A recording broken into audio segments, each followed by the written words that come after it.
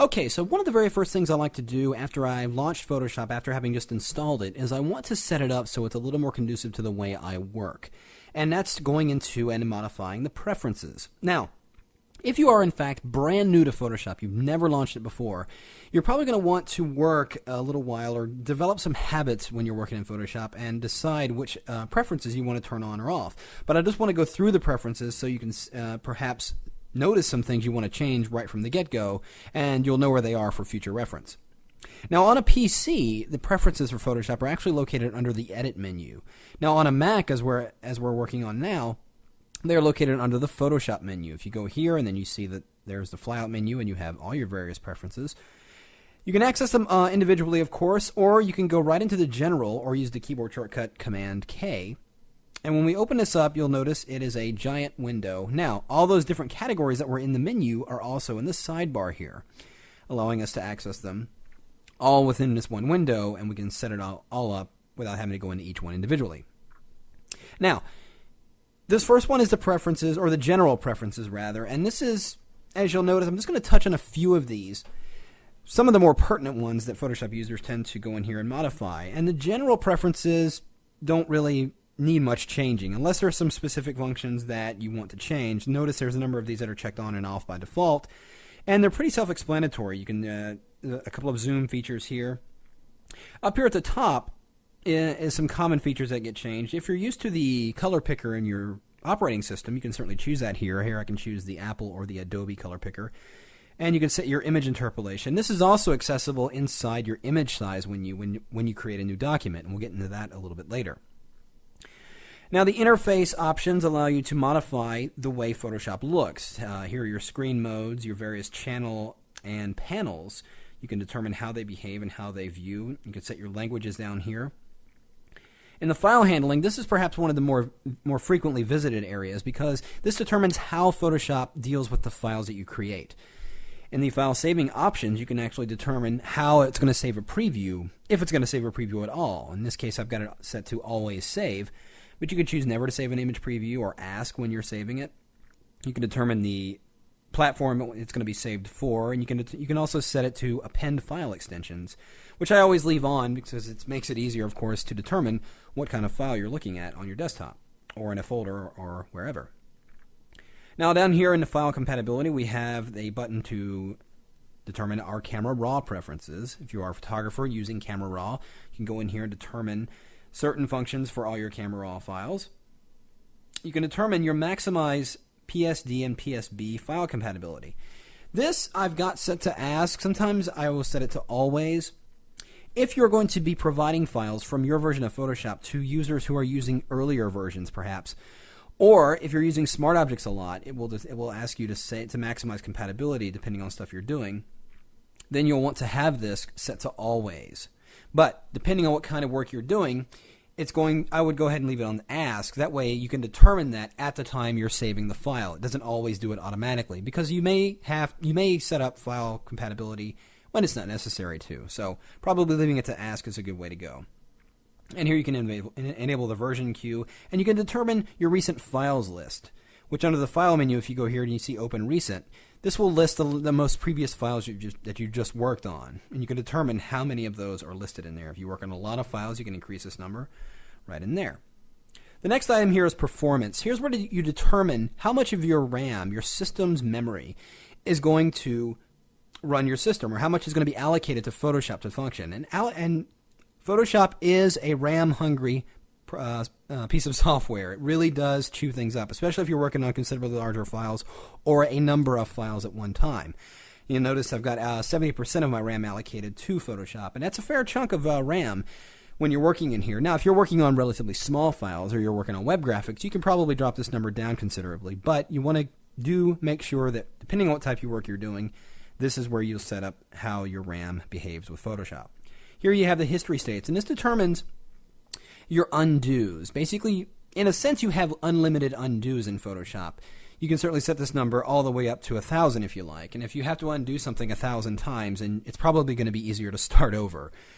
The reason you want to keep this number relatively low, and we're going to talk about history a little later, where there's another lesson entirely dedicated to using the history, but you want to keep the number relatively low because every time you do something in Photoshop, and somewhere in your hard drive, Photoshop is going to save a version of that, just in case you have to refer back to it if you undo back to that. So it has to save that version somewhere. So setting this number very, very high will give you an unbelievable large file.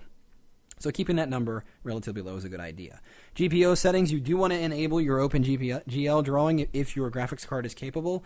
For some of the higher end graphics, perhaps if you're using Photoshop CS3 or CS4 Extended, you want to have it for the 3D capabilities. And we're going to talk about that a little bit later. And just moving along, cursors, you can determine the behavior and, well, actually the appearance of your cursors. You can have it looking like the actual tool itself, precise, normal. Now, these are functions that will probably develop as you work in the program. I noticed over time that I would use precise, but I seem to like normal brush tip. And here, for the other cursors, I'm going to go ahead and put this on precise, so it gives me a target with a point, so I know exactly what I'm doing with that particular tool. Transparency and gamut determines when you have a file that has transparency and you have no other files layers beneath it. This is the grid you will see, and that basically represents a transparent area of your document. And you can change the size, colors, and all that stuff right within this window. Units and rulers determines your unit of measure. If you're working in inches, pixels, if you're working in video or web, this is your ideal measurement. Inches for print, and you got others, percentages, all those things are located right in here. And there's a quick and easy way to change your unit of measure while inside the document. We'll show you that a little bit later on as well. Moving right along, we've got guides and grids, and we'll talk about guides and grids a little bit later, but this is where you would determine how those appear in your document. You have the ability to change the color, because depending on the document you're working on, your guides and grids may blend in, so you're going to have to change the color so you can make them more visible. Now, plugins basically determines if you have an extra plugins folder, you can go ahead and add it in here. Type, just is some very small type features. I've never really had to go in here and change anything. It's these top few that you're probably going to be finding yourself visiting the most. So that's the basic preferences, and I noticed I just changed a few, but as I mentioned, as you're working in Photoshop, you're probably going to discover some that you're going to want to go in here and change and do all that. So one last thing I want to talk about when it comes to preferences is the color preferences, or in this case, the color settings inside Photoshop. Now, under the Edit menu, we're going to go down here to Color Settings. Here's where you determine how Photoshop is going to display your images, what color space and what color profiles it's going to use to display the color images, and it's also going to determine when you bring in or import files into Photoshop, whether it's going to leave them as they are or convert them to your current color profile. Now, the settings here under general settings here, you notice it's set to North America General Purpose 2. Now, this is the default setting, and there was a time when Photoshop, long before digital photography really made it big and was being widely used, mostly Photoshop was being used for very small things like web graphics and stuff like that, mostly for images that were being displayed on a screen or a television set or something. And this one actually worked really well, but now that digital photography is getting much more prominent and much more widespread than it is, you're going to find that you want to change this to this one right here, which is North America Prepress 2. And notice what happened. A couple of things changed. It changed the RGB color space to RGB 1998. This is going to be the most commonly used color space. Now, you can go ahead and, if you have specific color profiles that you want to develop, you can also choose to load those. They would show up right in here inside your window. You could have a monitor color profile that you can certainly use. But I think you'll find that Adobe RGB is a good place to start, and you'll find that a lot of users use that as well. And these other settings for your other various color spaces will work just fine.